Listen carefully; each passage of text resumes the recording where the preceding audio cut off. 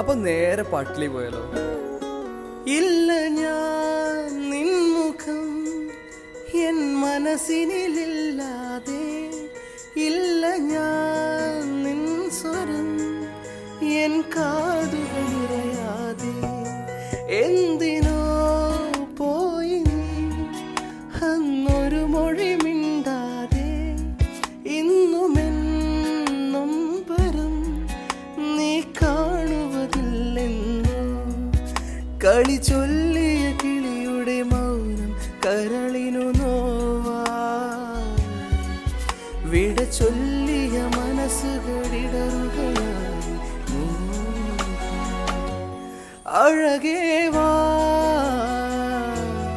അരികെ